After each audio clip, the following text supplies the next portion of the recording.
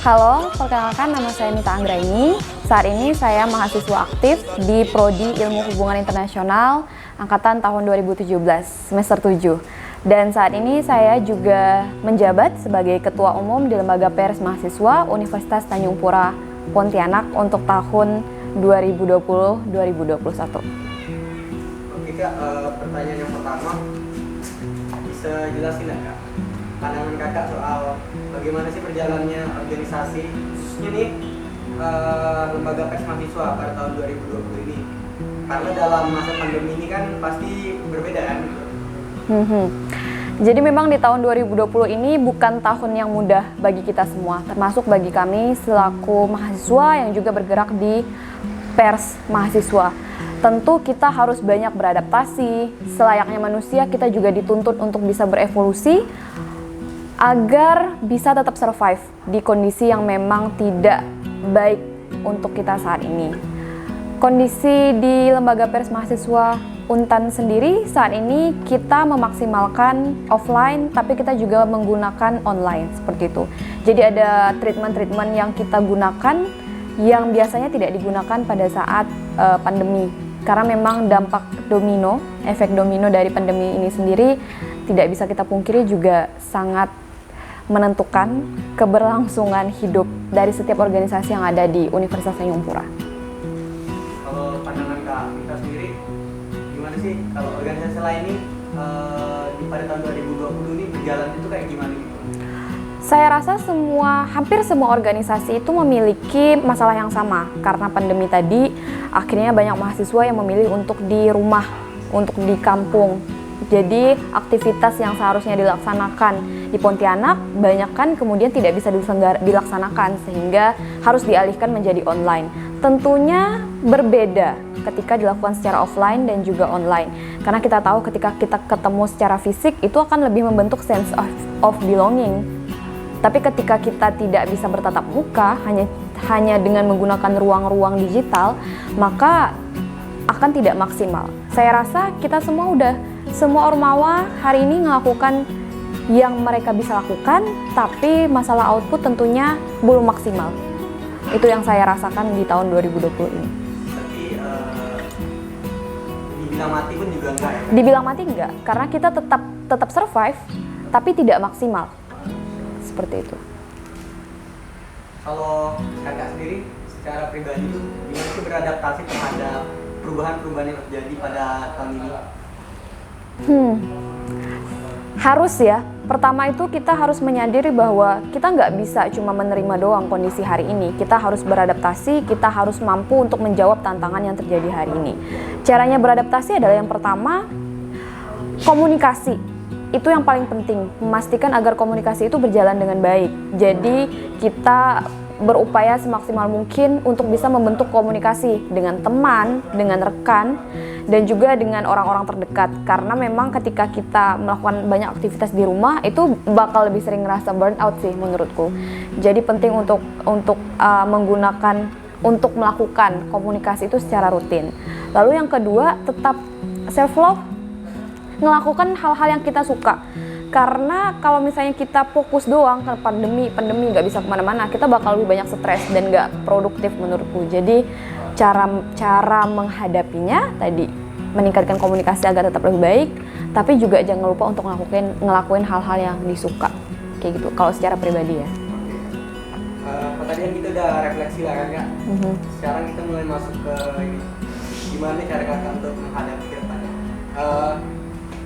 Kalau terhadap gaya kepemimpinan sendiri, gimana sih cara Kakak adaptasinya tuh dan bagaimana ke depannya gitu terhadap gaya kepemimpinan ini?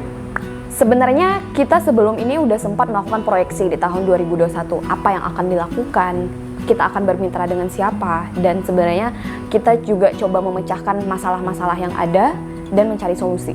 Seperti itu. Jadi kita udah prepare nih untuk tahun depan kita bakal ngelakuin A, B, C, dan D. Saya rasa hari ini ketika menjadi seorang pemimpin, kita dituntut untuk bisa menganalisis situasi ya. Karena penting untuk bisa mengetahui, oh kondisinya seperti ini, hal yang harus kita lakukan seperti ini. Kemampuan untuk menganalisa, kemampuan untuk terus belajar sih sebenarnya. Karena kondisi ini juga sifatnya baru. Mungkin pemimpin-pemimpin di era yang berbeda dengan kita belum tentu bisa menjawab kondisi saat ini. Jadi kita dituntut untuk lebih banyak belajar. Tapi tadi kita ngebuat proyeksi karena penting untuk nge-prepare di tahun 2021 karena kita sebenarnya juga nggak tahu apa yang bakal terjadi di tahun 2021. Ditambah lagi kabar yang paling terbaru bahwa COVID-19 sudah mulai bermutasi seperti itu. Jadi kita maksimalkan untuk persiapan, tapi bagaimana berjalannya nanti kita lakukan yang maksimal aja. Kalau tadi kan kakak udah bilang udah bikin proyeksi gitu kan tahun 2021. Apa sih bentuk proyeksinya yang udah disiapkan khususnya dari lembaga pers mahasiswa sendiri secara untuk tahun depan gitu dalam menyongsong 2021? Kita ngerimain lagi sih sebenarnya, ngerimain apa itu visi kita, apa itu misi kita, lalu kemudian tadi yang kita memetakan nih, oh ternyata kita punya problem di sini, solusi yang harus kita lakukan seperti ini, lalu siapa sih yang bisa kita ajak sebagai mitra, siapa yang stakeholder yang bakal ngebantu ini tuh berjalan sesuai rencana kita. Selain itu kita juga membuat key steps, langkah-langkah kunci yang harus dilakukan kalau kami itu selama 1 bulan ini dulu. Jadi ada 1 bulan pertama, 3 bulan pertama kita ngelakuin itu. Karena menurut saya penting ketika kita punya catatan itu, kita bisa mengevaluasi. Seperti itu. Seberapa besar sih Kak pengaruh tahun ini, khususnya perubahan-perubahan di tahun ini, di tahun 2020 dalam apa ya, ke lembaga pers mahasiswa dalam menyongsong tahun depan gitu? Pengaruhnya itu seberapa besar? Sangat berpengaruh sih. Sangat berpengaruh sekali karena di tahun ini kita diminta untuk adaptif sekali untuk bisa ngejawab tantangan-tantangan yang ada. Kita juga mencari formula-formula baru yang bisa dilakukan untuk memaksimalkan kegiatan-kegiatan yang kita lakukan sebagai lembaga pers mahasiswa. Sangat berpengaruh dan kita tadi kenapa akhirnya harus membuat proyeksi karena kita sadar kalau di tahun ini kita nggak bisa maksimal.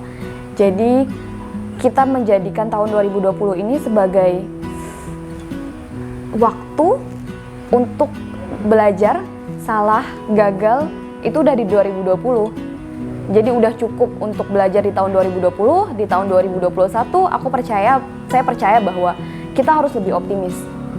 Karena udah banyak belajar di tahun 2020. Udah setahun kita menghadapi COVID, jadi saya rasa kita udah lebih siap daripada sebelumnya. Kalau menurut kakak sendiri nih, gimana sih organisasi lain khususnya di kampus kan dalam menghadapi menghadapi tahun depan tuh gimana sih? Kan banyak nih perubahan-perubahan yang udah terjadi di tahun 2020. Kalau LPM kan ada caranya sendiri. Kalau kakak sendiri gimana organisasi lain? Saya percaya bahwa setiap organisasi di kampus tentu sudah memiliki formula-formulanya sendiri. Bagaimana caranya menghadapi tahun 2021, karena mereka juga pasti ada rapat kerja dan lain-lain. Pasti itu dirumuskan juga di dalam rapat kerja dan lain-lain seperti itu. Dan ditambah lagi semoga memang di tahun 2021 kita udah bisa offline. Jadi saya rasa udah banyak aktivitas-aktivitas yang bisa dilakukan secara tatap muka. Dan saya percaya sih teman-teman di organisasi lain juga punya caranya tersendiri. Dan itu pasti bisa untuk menjawab tantangan di tahun 2021 yang sebentar lagi akan kita hadapi. Kalau kakak sendiri siap nggak nih menyongsong 2021? Siap dan optimis. Karena kita harus semangat, kita harus ngejaga semangat dari awal tahun kayak gitu. Karena tadi saya bilang tadi bahwa di tahun sebelumnya kita udah gagal salah, maka di tahun 2021 kita harus optimis dan belajar dari kesalahan. Oke, thank you Kak. Thank you, terima kasih.